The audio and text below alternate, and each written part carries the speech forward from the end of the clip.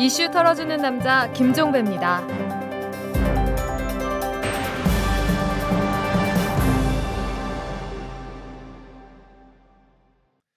2월 2일 목요일에 전해드리는 이탈남입니다. 한나라당의 지름신이 강림했나 봅니다. 이 4.11 총선을 앞두고 잇따라 선심성 정책을 쏟아내고 있는데요. 오늘 나온 두 가지 정책만 추려드리겠습니다. 평균 9만 원 선인 병사들의 월급을 40만 원으로 올리는 방안을 검토하고 있다고 합니다. 또 하나 있죠. 이명박 정부가 백지화한 동남권 신공항 건설 계획을 남북권 신공항 건설 사업으로 이름만 살짝 바꿔서 재추진하는 방안을 검토하겠다고 하네요. 물론 좋습니다. 국민을 위한다는데 굳이 마다할 이유는 없죠. 문제는 돈입니다. 이 나라 국가는 한정돼 있습니다. 따라서 수조 원의 예산이 소요되는 사업을 벌이려면 어쩔 수 없이 증세 얘기를 안 할 수 없는데요. 이에 대해서 한나라당은 이런 방구 말이 없습니다. 오히려 한국형 버피세 도입을 사실상 무력화시켜버렸죠. 자, 수입은 고려하지 않고 지출만 늘리는 이를 두고도 퍼주기라는 비판이 성립될 법한데요. 아이러니하게도 퍼주기라는 말을 만들어내는 원조는 바로 한나라당입니다. 자, 털기 전 뉴스로 시작합니다.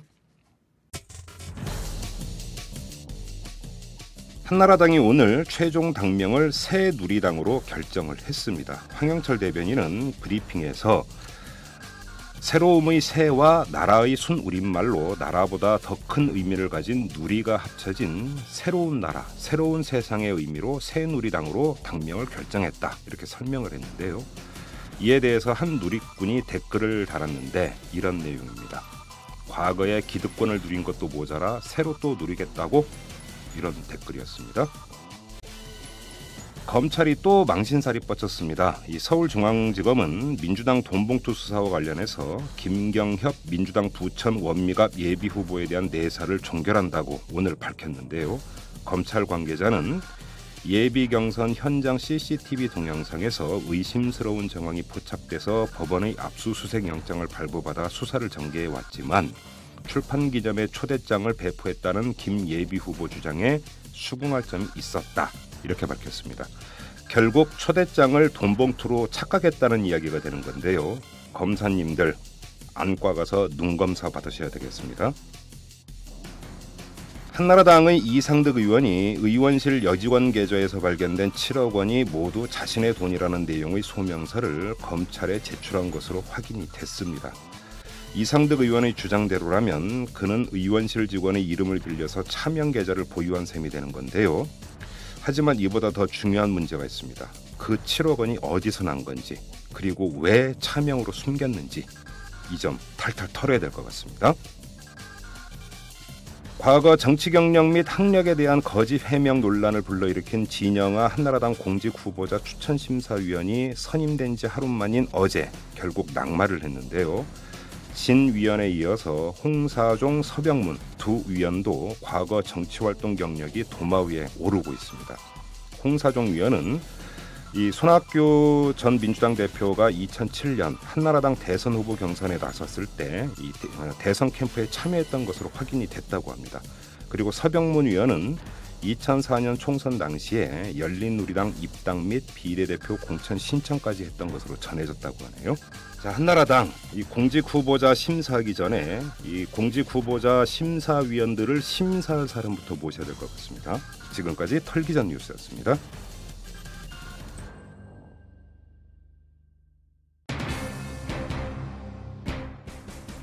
공정방송 박한대로 불법징계 얼마냐 불법징계 얼마냐 이제는 수행이다 특보사장 각오하라 특보사장 각오하라.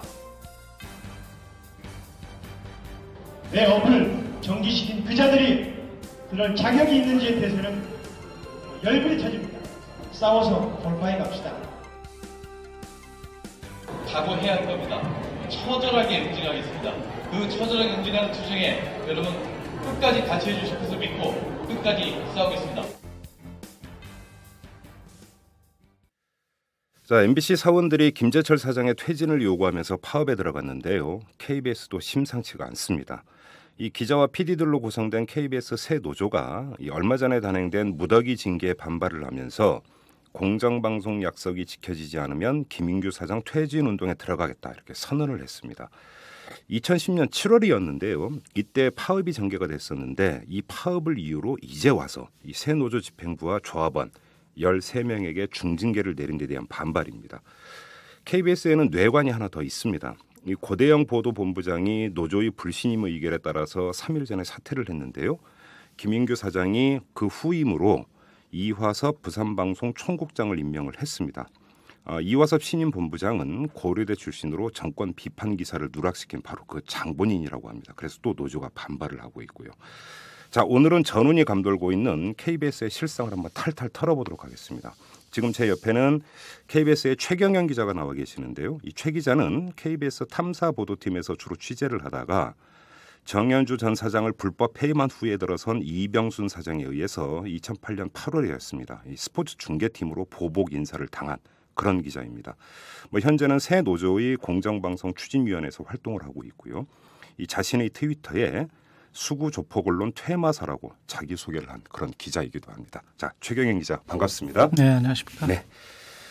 자, 새 노조가 파업을 한 데 대해서 지금 내려진 그 징계부터 좀 이야기를 했으면 좋겠는데요. 일단 이해가 가지 않는 게 노조가 파업을 한 게 2010년 7월 아니었습니까? 근데 1년 반 뒤에 아주 뒤늦게 지금 징계를 때린 건데 어떻게 이런 일이 발생할 수가 있는 겁니까? 일단은 이게 정치적인 꼼수라고 볼 수 있는 게요. 예. 고대영 보도본부장이 불신임을 당했고 그게 네. 압도적인 84%가 넘는 조합원에 의해서 우리 조합원들뿐만이 아니고 KBS의 기존에 있었던 구노조라고 불리는 그 조합원들도 함께 예. 투표를 했는데 그게 84%의 압도적인 불신임을 받았고 네. 그래서 어쩔 수 없이 고대영 본부장을 사임을 시켜야 되겠는데 예. 근데 너무나 이제 우리가 미웠던 거죠. 새노조가. 이 모든 배후에 있는 새노조가 예. 미워서 뭔가를 보여줘야 되는데 따끔하게 뭔가를 보여주려고 하다 보니까 꼼수를 생각해낸 게 해임이나 파면을 시키면 굉장히 불같이 일어날 가능성이 있으니까 네. 정직 6개월 정도로 위원장과 부위원장 그 이하를 정직을 하자. 그래서 한 13명을 전임 집행부를 징계를 하자. 네. 그리고 나면 아마 이 노조가 재심사를 청구할 것이다. 재심사를 청구하면 정직 한 1개월 정도로 달래주면서 네. 그러면서 힘을 아예 빼고 그러면서 기자들의 분노랄지 PD들의 분노를 또 이렇게 달래가면서 바터를 하려고 아마 정직 6개월이라는 꼼수를 부린 것 같아요. 그런데 저희가 그 꼼수를 눈치채고 받을 수 없다. 우리는 바로 소송으로 간다. 예. 왜냐? 소송 가면 이기니까. 정직 6개월이라는 거는 말이 안 된다. 네. 왜 말이 안 되냐면 우리가 했던 거는 합법 파업이고 그렇죠. 절대 불법 파업이 아니었고 예. 그리고 정직 6개월이라는 게 저희들이 이사회를 난입한 적도 없고 주조에 들어간 적도 없고 저희들은 기본적인 거를 다 지키면서 합법 파업을 했기 때문에 예. 이게 말도 안 되는 부당징계인 것이죠. 그래서 당연히 소송에서 이길 거라고 생각하고 저희가 소송을 추진을 하니까 지금 사측에서 굉장히 겁을 먹고 있는 그런 상황이 된 거죠. 그럼 이게 지금 고대영 그 보도본부장 그 불신임하고 상당히 깊게 연결돼 있는 거네요. 네, 저희는 그렇게 보고 있습니다. 그래요. 그러면 네. 고대영 그 보도본부장을 불신임한 이유는 뭡니까?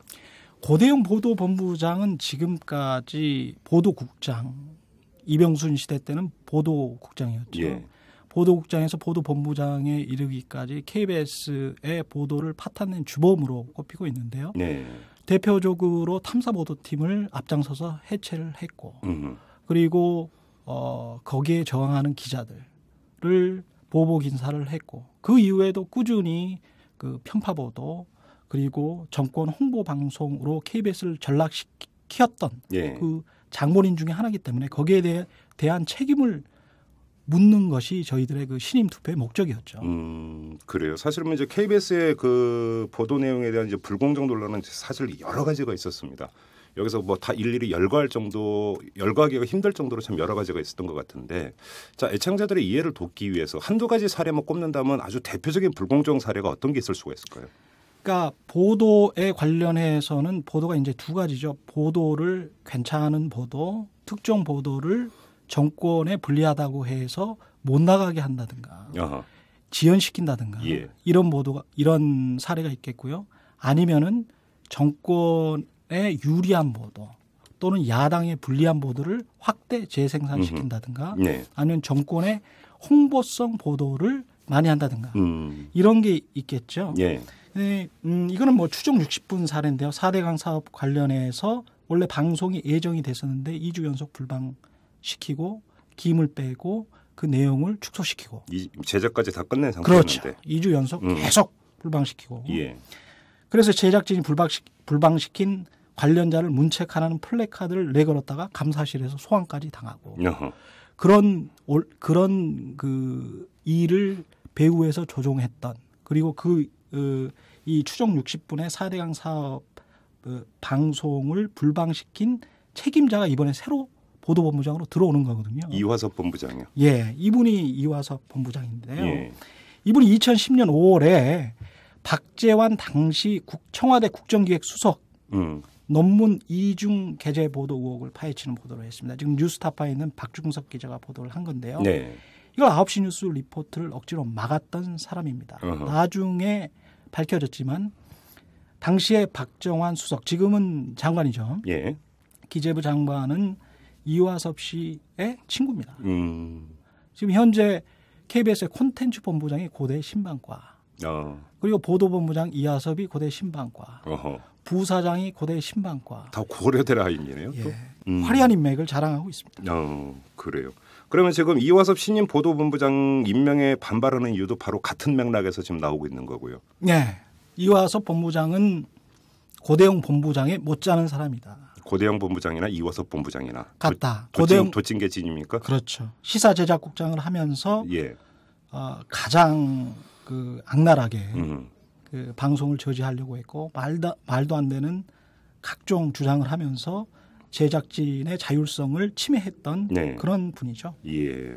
그러면 지금 아까 그 정권의 불리한 방송 보도를 누락시킨 케이스는 말씀을 해주셨는데 그러면 정권을 찬양하거나 이러면서 키웠던 보도 사례는 어떤 게 있을 수가 있습니까?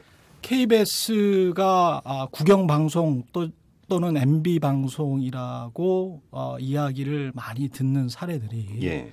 굉장히 많은데 이제 최근 들어서는 뭐 이승만 특집, 백선엽 특집도 예, 있었고, 백선엽 특집 이런 게 있었는데 예. MB 주례 연설을 또 라디오에서 계속했잖아요. 그렇죠. 그래서 MB가 이명박 씨가 나와서 유성기업 노동자들이 뭐 7천만 원 이상의 고액을 받고 이 사람들이 파업을 하면 국가 전체 산업이 뭐 위태하고 네. 이 7천만 원 이상의 고액을 받고 이런 것들은 다 허위 사실이거든요. 예. 정부의 또는 이명박 대통령 또는 청와대의 어떤 정파적인 의견을 예. 그대로 방송을 해버린 거죠. 저희가 걸을 수 있는 시스템이 전혀 없는 상황에서 예. 그걸 방송을 하고 그거를 그 반박할 수 있는 기회조차도 계속 막은 거 아닙니까? 야당에서. 같은 시간이라도 최소한 줘야 되는데 예. 거기 팩트가 틀렸으면 팩트를 정정을 해줘야 되는데 그런 것도 없이 일방적인 방송을 했던 게 많고요. 예.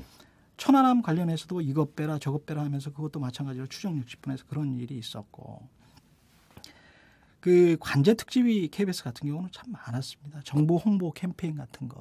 라디오에서도 지금 가끔 최근까지도 나올 수가 있었는데요. 네. 4대강 홍보 캠페인이랄지 뭐 이런 G20 캠페인이랄지 그러니까 대대적인 국가 행사를 사실상 국내에 하나밖에 없는 공영방송사라고 해서 정부의 정책과 정권의 국가적 이익과 정권의 이익을 동일시하면서 네. 예, 그러면서 제작진을 정부 홍보 맨들로 몰아붙였죠. 예. 그래요. 좀 무식한 질문일 수 있겠는데요. 전두환 시절에 KBS를 두고 땡전 뉴스라고 했습니다. 그렇죠. 그러면서 시청료 납부 거부 운동도 벌인 바가 있었습니다. 국민들이. 예. 그러면 그때를 기준으로 해서 이명박 정부 들어서 KBS가 보여왔던 어떤 보도 방송 내용이 땡전 뉴스하고 비교할 만큼 많이 후퇴했고 문제가 심각하다고 보십니까? 그 정도는 아닙니다. 그 정도는 아니고요. 예. 그 정도는 아니지만 예. 그때는 20년, 30년 전이고요. 그렇죠. 지금은 저희가 절차적 민주주의는 어느 정도 확보했다라고 생각을 했는데 네. 그저 보도국에서랄지 시사 제작국에서랄지 어떤 그 시사 프로그램을 만드는 뉴스룸에서 그 절차적 민주주의, 이미 우리가 법적으로 확립한 절차적 민주주의가 그 뉴스룸 안에서는 문화로는 정착이 안 됐더라는 것이죠. 사내 민주화라는 게 뭐 거의 뭐 그렇죠. 구현이 안 됐다는 거죠. 예. 그래서 그런 것들 때문에 데스크나 부장, 국장의 일방적인 정파적인 생각들이 그대로 투영이 되고 이게 제작 과정이 굉장히 복잡하다 보니까 기자들이 한 번 아이템이 선정이 되면은 어느 정도 취재가 진행이 되고 나서 특히 이제 기획 보도 같은 경우에 자기가 방송 시간을 메꿔줘야 되는데 그 보도가 나가지 않으면 방송 시간이 탈이 납니다. 다른 걸로 메워야죠. 다른 걸로 메워야 되잖아요. 그러면은 동료들한테도 미안하고. 그렇죠. 자신의 인사에도 사실 굉장히 불리한 측면도 있고 자신이 무능력자로 또 낙인 찍히는 거. 그러니까 그런 것들 때문에 사실 한 번 한 취재는 쉽게 발을 빼지를 못해요. 그렇죠. 예.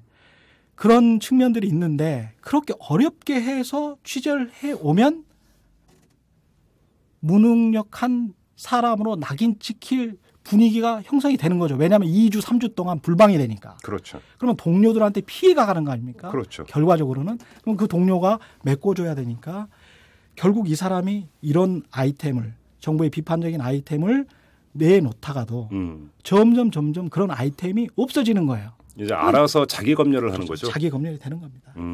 그래요. 예. 그래요. 이제 여기서 이제 다시 시스템 얘기를 하지 않을 수가 없는데, 자, 시스템을 운영하는 사람들은 간부이고 그 꼭지점에는 사장이 있습니다.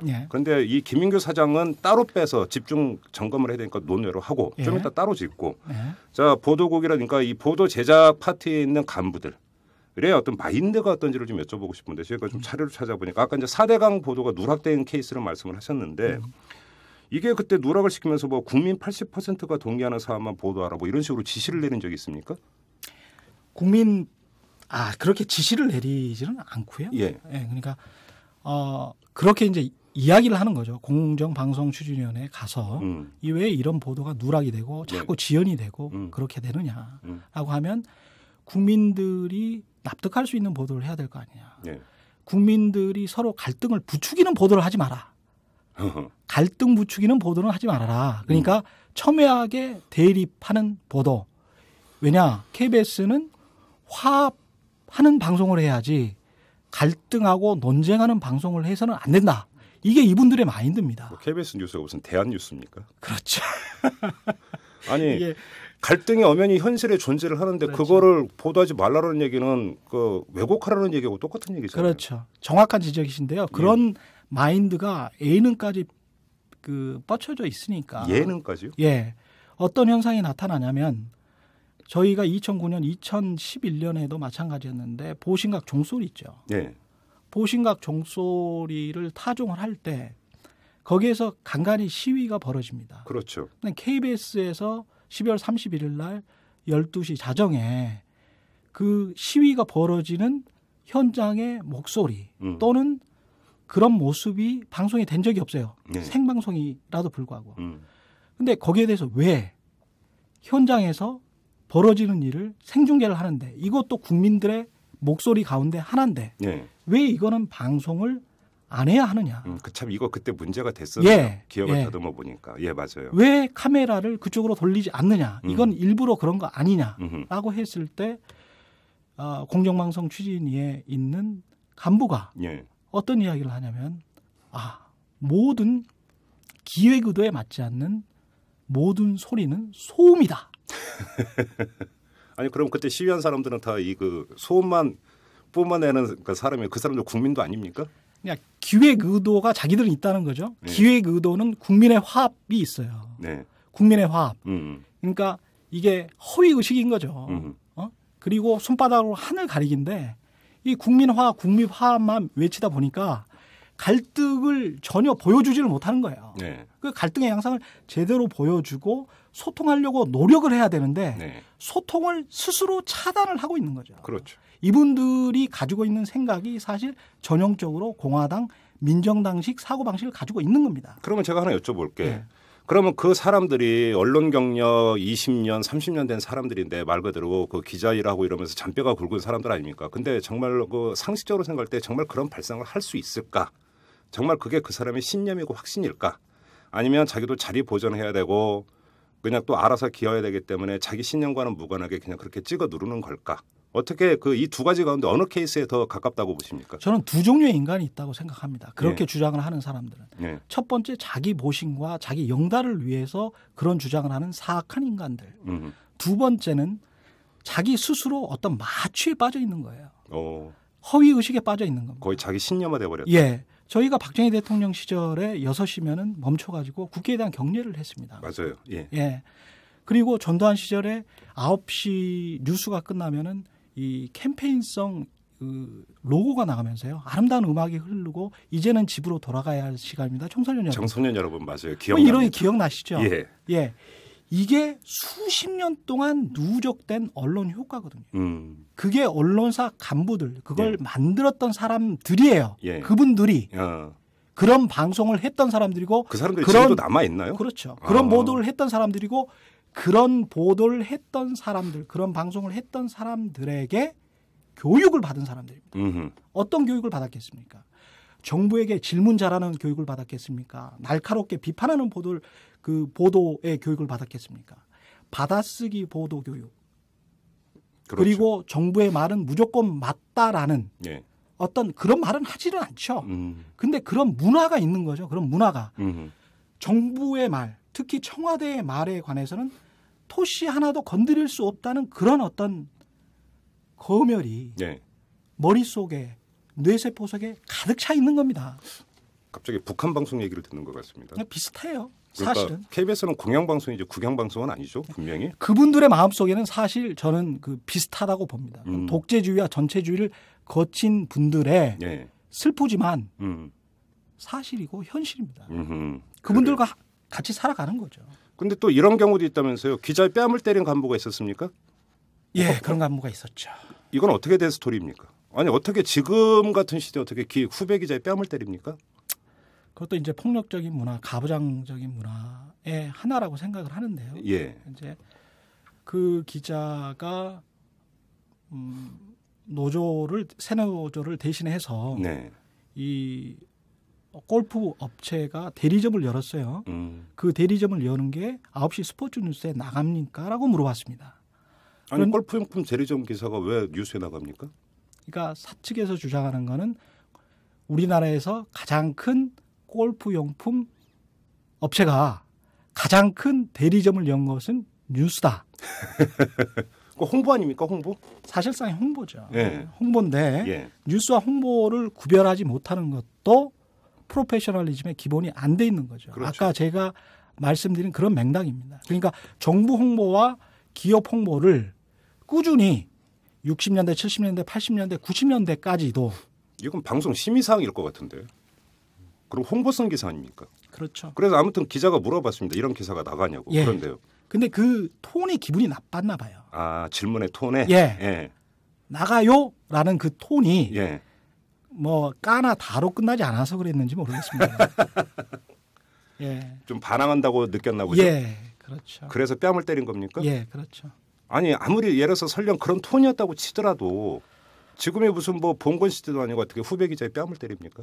납득할 수가 없죠. 술자리도 아니었고 예. 술자리에서 때리는 것도 말도 안 되는 거지만 술자리도 엄연히 사무실에서 그렇죠. 업무와 관련된 질문을 했는데 뺨을 때렸다는 겁니까? 그렇죠. 그러면 그 간부는 어떻게 됐습니까? 나중에 징계 받았습니까? 예, 징계는 받았습니다. 아, 징계는 보직 해임되고 예. 예, 지금은 먼 곳에 가 계십니다. 아 예. 그래요. 예. 좀 이해할 수 없는 일이 이제 그렇게 벌어졌네요. 보면은. 자 지금 그 이 보도국 간부들 뭐 특히 제작 일선에 있는 간부들의 행태에 대해서 이제 여쭤봤는데 그 간부들에게 임명장을 준 사람은 바로 김인규 사장 아니겠습니까? 네. 결국은 김인규 사장이 자기 코드와 맞는 사람들을 앉힌 결과가 지금 이렇게 나타나는 거 아닙니까? 그렇죠. 그러면 결국은 문제의 본질은 김인규 사장에게 있다라는 이야기가 되는데 네. 아주 기초적이면서도 가장 본질적인 질문을 드리겠습니다. 김인규 사장은 어떤 사람입니까? 한마디로 정리하신다면 어떤 사람이라고 정리를 할 수 있겠습니까? 김인규 사장은 구시대 사람입니다. 그렇습니까? 네. 구시대라고 하면 제가 말하는 구시대라고 하면 권위주의, 네. 더 나아가서는 전체주의. 예. 그리고 반민주주의. 음흠. 그리고 잘못된 기자 정신. 예. 잘못된 프로페셔널리즘에 빠져 있는 분입니다. 좀 더 풀어주시죠. 기자들의 문화가 출입처 중심으로 돼 있는 문화가 아주 그 잘못된 현상인데요. 우리 언론의 고질병이죠. 예, 사실. 고질병이죠. 예. 근데 모든 언론사가 이건 마찬가지인데 모든 기자가 당신은 어느 부서를 가고 싶소라고 하면 다 정치부 또는 경제부입니다. 예. KBS 같은 경우는 아마 80-90%가 정치부를 가고 싶어 할 겁니다. 정치부 중에서도 야당보다는 여당. 그리고 정치부 중에서 가장 꽃인 청와대 출입을 하는 것이 예. 기자의 꽃이고 예. 그리고 청와대 출입을 하고 나서 워싱턴 특파원이나 뉴욕 특파원을 하고 예. 그리고 보도국장을 되는 게 일종의 로얄 코스로 돼 있습니다.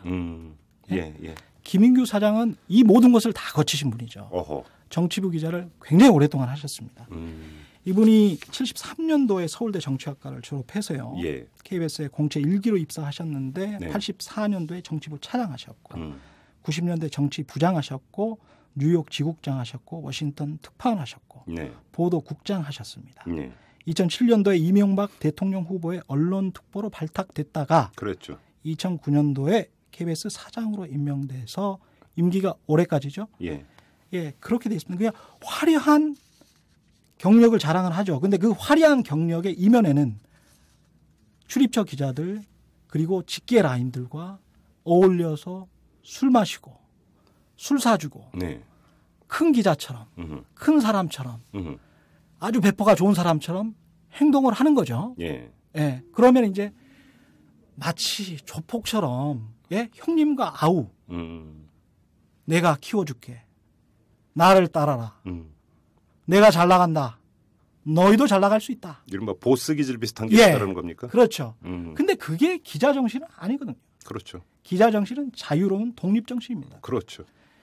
자유로운 독립 정신이 있는 사람은 조직에서 어떻게든 빠져나와서 그 조직에 맞지 않는 부분이라도 자기가 팩트를 발견했다면 그것을 보도하려고 하는 사람. 그렇죠. 외압에 흔들리지 않는 사람. 네. 자기의 편견마저도 깨트리려고 노력하는 사람이 자유로운 기자입니다. 네. 이분들은 구시대적 정신에 매몰돼 있는 거죠. 그리고 그거를 후배 기자들한테도 계속 교육시켜주고 있고 네. 그게 한국 언론의 사실은 가장 큰 병폐고 문제고 악습 중에 하나라고 저는 생각을 하거든요. 그래요. 근데 여기서 잠깐 그러니까 형식 논리만 갖고 이야기를 하면 예. 김인규 사장이 기자 시절에 그다음에 차장 시절에 뭐 이래서 그 여당을 출입했고 청와대를 출입했다라는 것은 그때 김인규 사장이 인사권을 갖고 있지는 않았습니다. 그러니까 그렇죠. 뭐 회사에서 발령났으니까 난 갔을 뿐이다라고 하면 사실 할 말이 없어요. 그렇죠. 그러니까 이 사람이 이런 이력을 갖고 있다가 중요한 게 아니라 예. 이 사람이 여기서 출입하면서 무슨 기사를 생산했고 어떤 보도를 했느냐가 사실은 더 본질적인 문제 아니겠습니까? 예. 그 이것과 관련해서 혹시 그러니까 김인규 사장의 이 세상을 바라보는 시각이라든지 예. 정치적 편향성이라든지 이런 것들을 입증할 수 있는 자료가 있습니까? 이 자료가 있는데요. 네. 세노조 전에 네. 사원행동에서 행동을 할 때 많은 사람들이 이 자료를 찾으려고 노력을 했습니다. 근데 김인규 사장은 웬일인지 자신이 사장으로 임명되고 나서부터는 이 자료가 인터넷에 올라오기만 하면 누가 올렸나 그리고 누가 나의 보도를 빼갔나 네. 이런 거를 추적을 합니다. 자신과 관련된 자료입니까? 그렇죠. 어허. 그러면 본인이 KBS라는 공영방송에서 국민들한테 리포트한 거면 네. 본인이 공정하게 보도를 했다면 굉장히 이게 떳떳해야 되는 거 아닙니까? 그렇죠. 그렇죠. 예. 그런데 본인이 자신이 없는 거예요. 자꾸 숨기려고 한다는 말씀이시죠? 예. 그래서 제가 어렵게 막 그 옛날 자료도 뒤져보고 그 인터넷도 찾아보고 네. 수소문도 해보고 그래서 몇 가지를 지금 가져와 봤습니다. 네. 한번 소개를 좀 해주십시오. 어떤 식으로 보도를 했습니까, 김인규 사장은? 87년 1월 15일이면 그러면 그때 박종철 열사 그렇죠. 고문치사 사건이 있을 때쯤이네. 예, 그 즈음이고 예. 우리나라 우선 동진호가 북한한테 납치됐을 때입니다. 아하. 예. 그 날입니다. 그 날이 공교롭게도 민주정의당, 민정당의 창당 기념일이었습니다. 아. 6번째 창당 기념일. 예. 1년마다 한 번씩 돌아오는 창당 기념일에 예. 당시 KBS 9시 뉴스는 20여 분 넘게 창당 기념 리포트를 계속합니다. 동진호가 납북이 됐는데도 그건 뒤로 밀어버리고 30분 이후에 나와요. 리포트 하나. 아니 그건 간신 같은. 창당 기념일은 연례 행사 아닙니까? 그렇죠. 뉴스 가치는 누가 보더라도 동진호 납북 사건이 큰 거죠. 자국의 국민이. 그럼요. 그것도 지금 적대시하고 있는. 예. 지금도 적대시하고 있는 북한에게 납치됐다고 하는데. 예. 그건 속보를 내보내야 될 사안인 것 같은데. 그렇죠. 예. 근데 아무튼 그래서 김인규 사장이 그때 어떤 식으로 리포트를 했습니까? 김인규 사장이 자신의 얼굴을 내걸고 예. 이때는 오프닝이라고 해가지고요.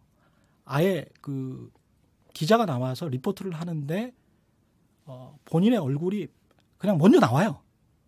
보통 기자 얼굴은 맨 말미에 나오는. 마지막에 나오거나 아주 중요한 현장에서 나오거나 뭐 이러는데 그렇죠. 제가 보기에는 아마도 현장 리포트가 좀 그때 부족해서 이런 관습이 생기지 않았나 싶어요.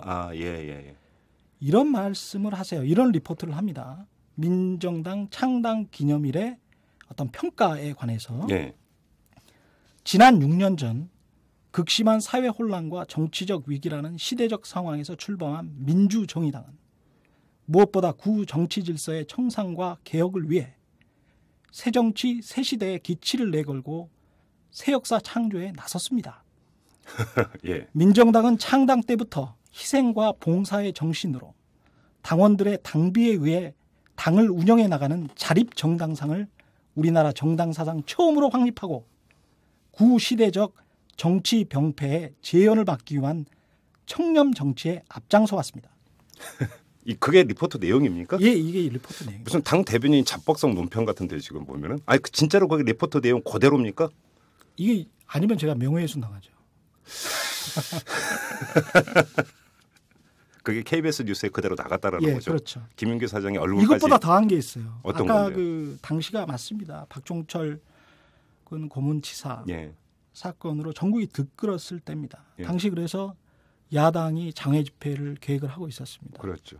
그래서 민정당 출입 기자였던 김인규 씨가 이와 관련해서 어떤 보도를 하냐면 야당인 신민당이 예. 이 사건을 정치적으로 이용하고 있다. 이 사건이 이제 박종철 그렇죠. 고문치사 사건 말하는 이게 거죠? 1월 15일 이후에 한 2주 정도 후에 예. 한 보도입니다. 2월 달 정도에 한 보도인데 2월에 한 보도인데요. 예.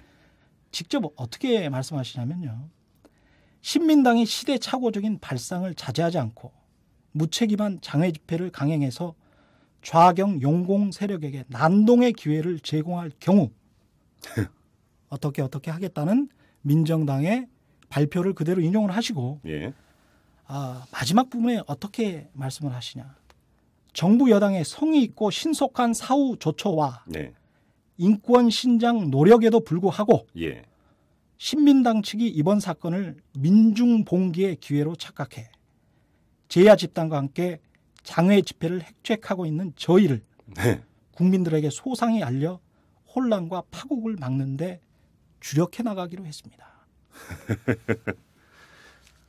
착각 획책이라는 단어가 저는 스트레이트 기사에서 이렇게 그러니까 그 동원되는 경우는 참 그러니까 아주 드문 경우인 것 같은데요.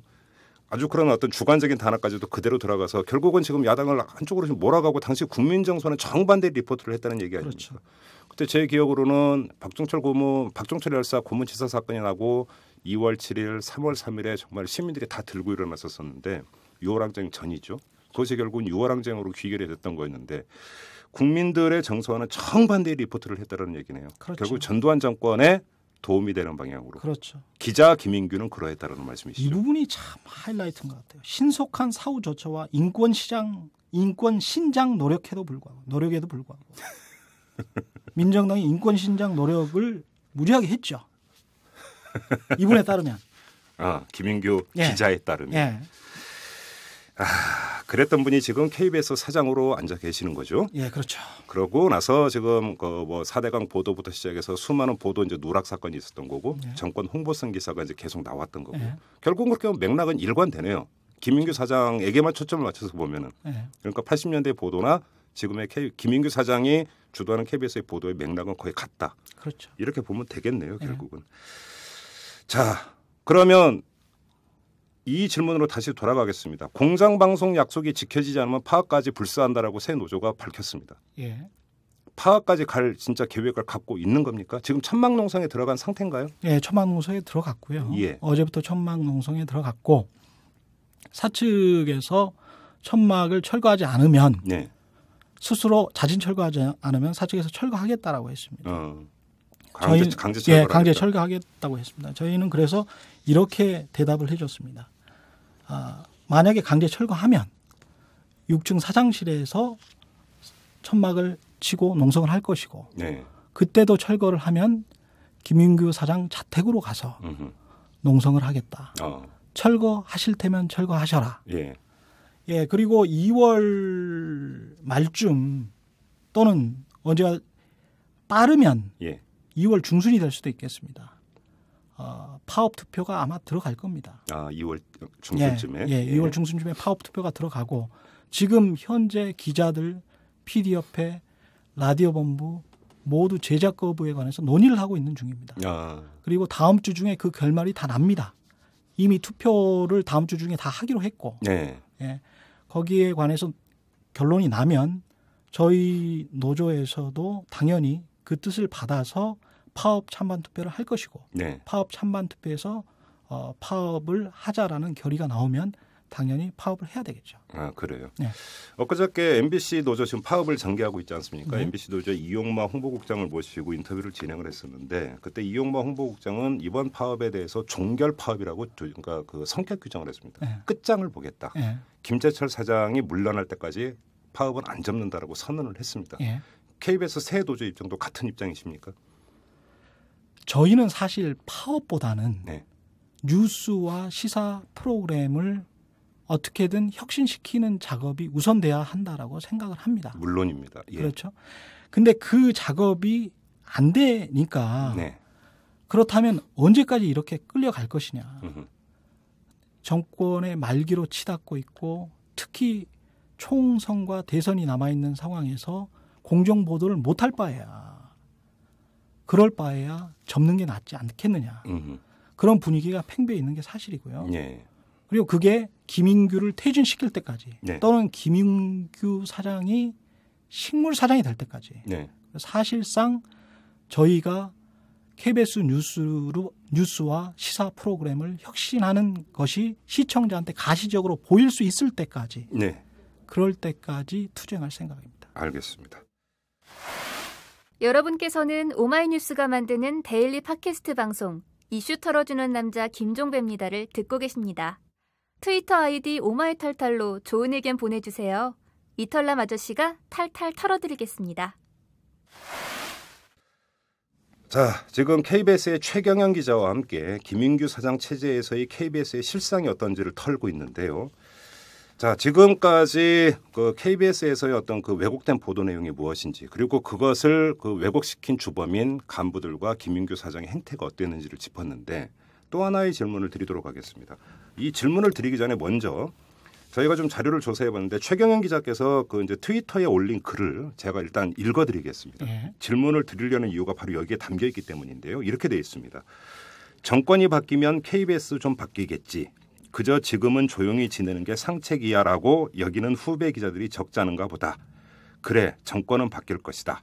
그러나 그것이 KBS의 승리, 저널리즘의 회복으로 이어지진 못한다. 왜? 그렇게 영악해져 버린 그대들의 가슴 때문에. 이런 내용의 글을 최경영 기자께서 본인의 트위터에 올리신 적이 있었습니다. 네, 맞습니다. 제가 이걸 읽어드린 이유가 바로 이 질문을 드리기 위해서인데요. 보도국 간부가 아무리 설치고 또 사장이 어떤 사람이라 하더라도 결국은 기자들이 그리고 PD들이 언론인의 정신을 갖고 있고 끊임없이 저항을 한다면 완벽하게는 하지를 못한다더라도 어느 정도는 제어를 해낼 수 있다라고 하는 원칙적인 질문을 드릴 수가 있습니다. 네. 그런데도 이렇게 많이 굴절됐다라는 이야기는 평기자, 평PD들의 어떤 저항 정신이 그만큼 퇴색됐기 때문 아니냐라는 질문도 나올 수가 있습니다. 이 질문에 대해서 어떻게 대답을 하시겠습니까? 뭐 할 말이 없습니다. 맞습니다. 그 지적이 맞고 저희는 부끄러울 따름이고요. 네.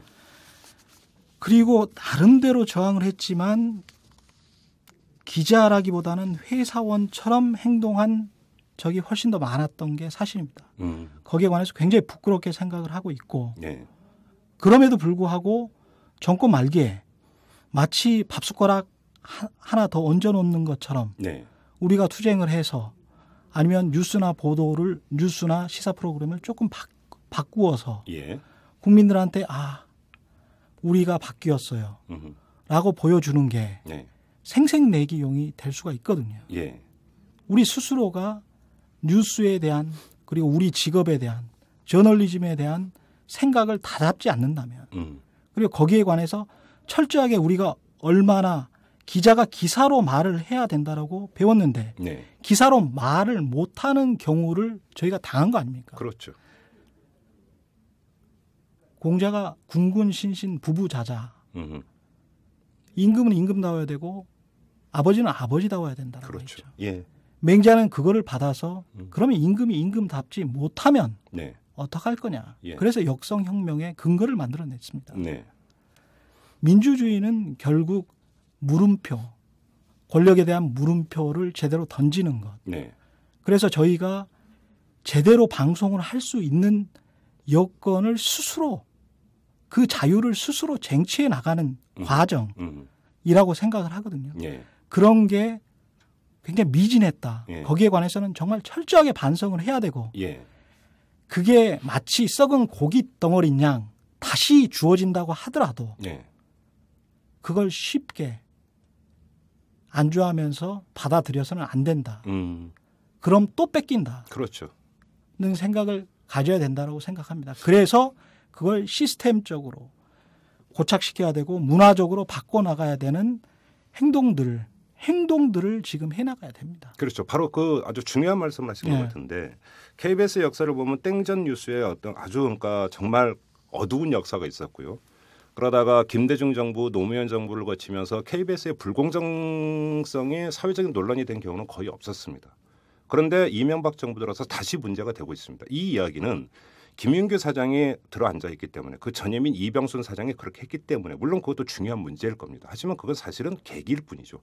본질적인 문제는 사내의 지금 그 최경영 기자께서 말씀하신 하나는 시스템, 그리고 또 하나는 조직 문화겠죠.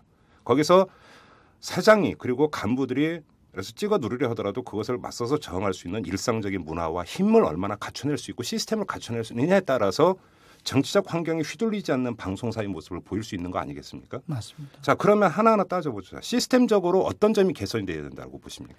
가장 중요한 것은 경영권과 편집권의 분리입니다. 네.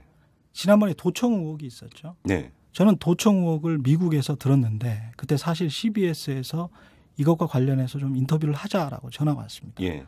제가 그때 저는 조금 더 KBS를 다녀야 되겠습니다. 지금 잘리면 안 되겠습니다. 좀 할 일이 있습니다. 가서. 라고 하면서 그 요청을 받아들이지를 않았는데요. 그때 꼭 하고 싶었던 말이 있습니다. 네. 도청 의혹은 사실 구조적인 거예요. 구조적인 결과다. 예. 왜냐. 대외협력팀장이 정치부장 출신이 되는 거죠.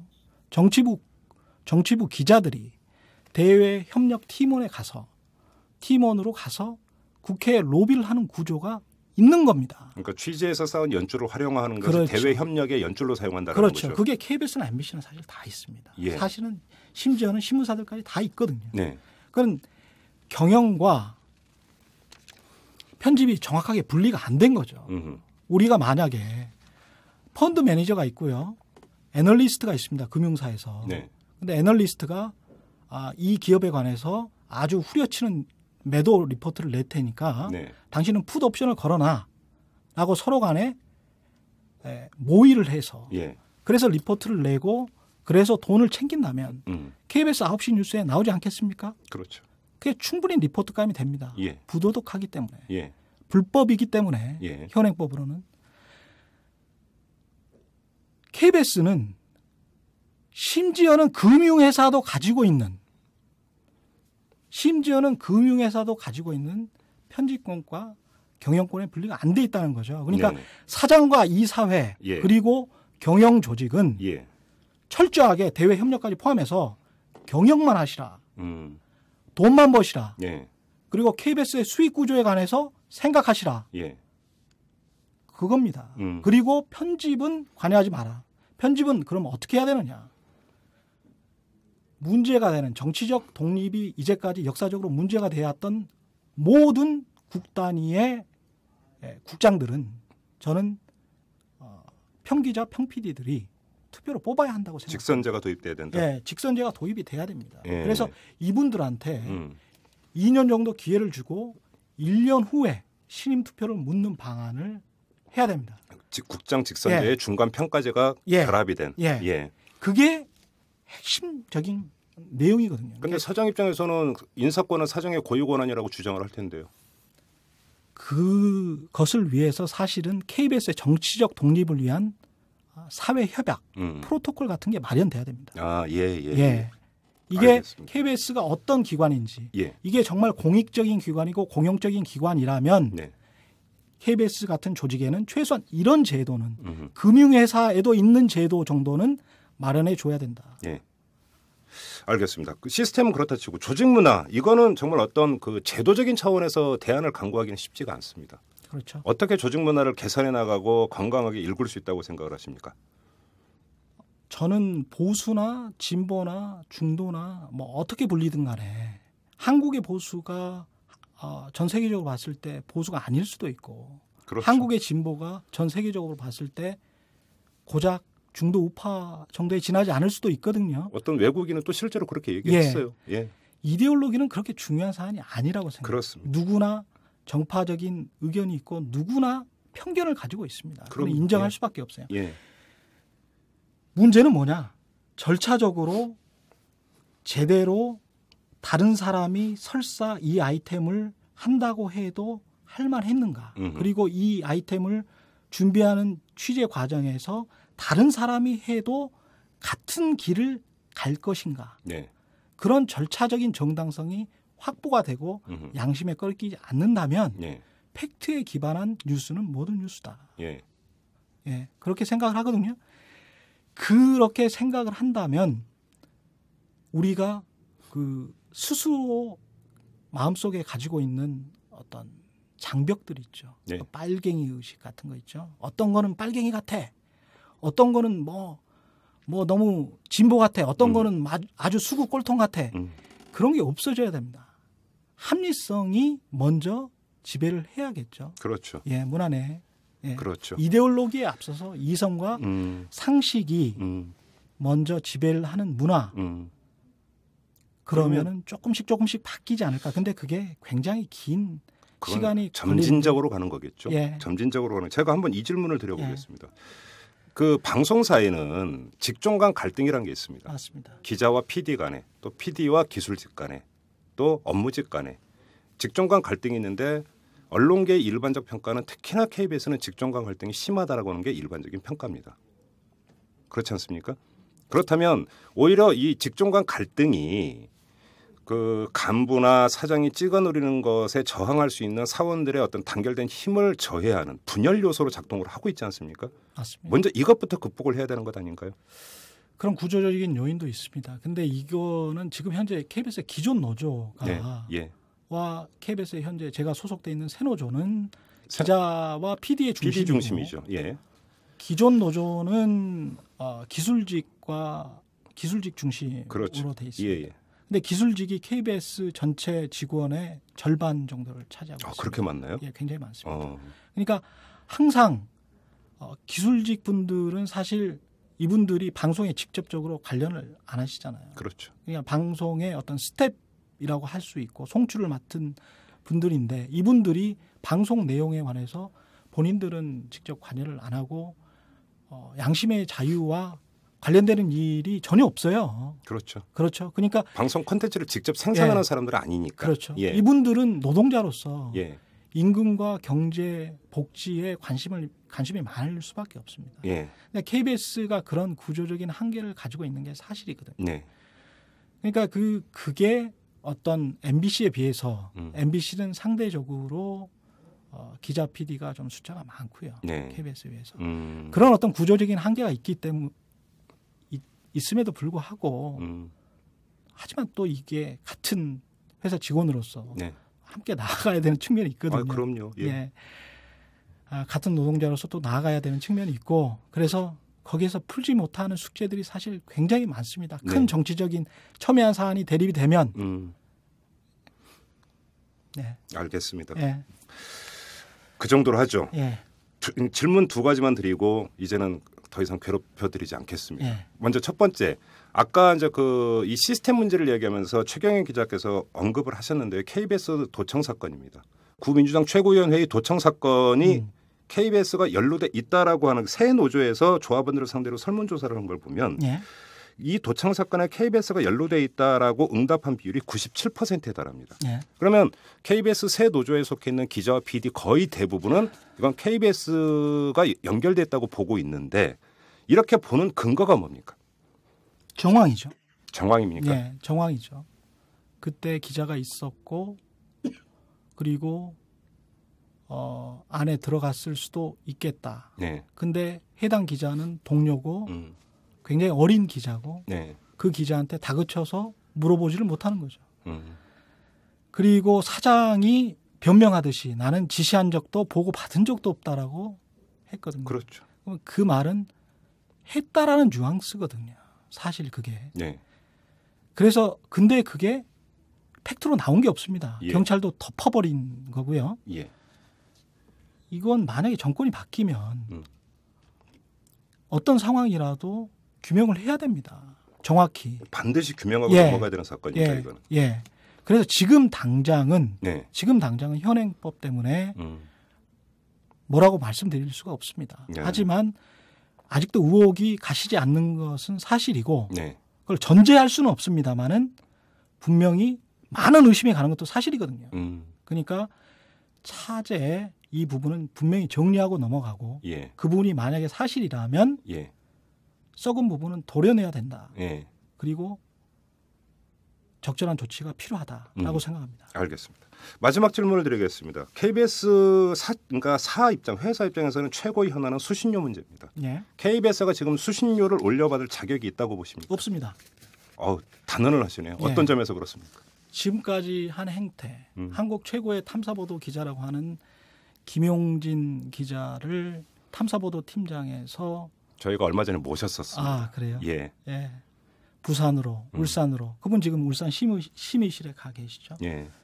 많은 탐사보도 기자들이 자리에서 쫓겨났고 미디어 포커스가 거의 해체되다시피 해서 프로그램들이 연성화되고 네. 시사기획사도 연성화되고 보도도 중심을 잃고 있고 네. 그렇다고 해서 경영을 잘했느냐 그러면 경영도 썩 좋은 수준이 아니거든요. 그리고 하는 행태가 지금 그 수신료 관련해서 어제 KBS가 기자회견을 하고 9시에 보도까지 했어요. 이게 도청호하고 비슷한 건데요. 네. 정말 부도덕한 겁니다. 설문조사 내용도 30년 전에도 얼마였고 지금도 예? 얼마인데 이거 1,000원 올립니다. 그리고 국회에서 이게 심의 중입니다. 네. 이런 게 질문 항목에 들어가요. 1,000원 인상이 적절하다고 생각하십니까? 이거는 객관적인 여론조사가 아니고 사기예요. 네. 사기. 그런 걸 여론조사라고 하고 그거를 다시 9시 뉴스에 재생산해서 보도를 하고 그건 언론인으로서 네. 자신의 얼굴에 똥칠을 하는 경우입니다. 그런 자세로는 절대 수신료 인상, 김윤규식의 수신료 인상은 절대 이루어질 수도 없고 현실적으로 예. 이루어져서도 안 됩니다. 예. 알겠습니다.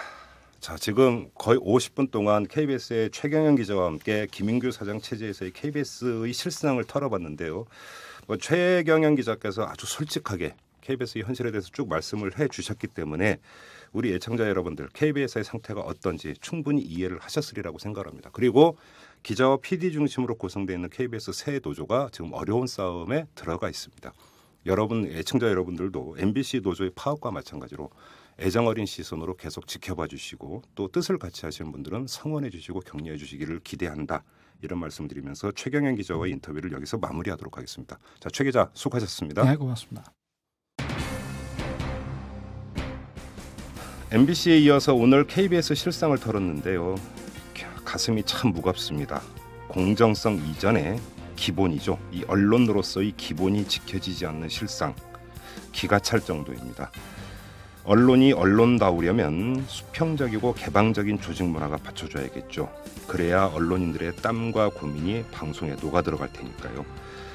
현실은 답답하지만 그래도 기대를 해봅니다. 깨어있는 언론인들의 절절한 육성, 바로 여러분이 직접 들으시지 않았습니까? 자, 날이 매우 춥습니다. 옷 단단히 여미시기 바라고요. 특히 오토바이를 타고 움직이는 배달의 기수 형제분들 건강 조심하시기 바랍니다. 지금까지 이탈남 김종배였습니다.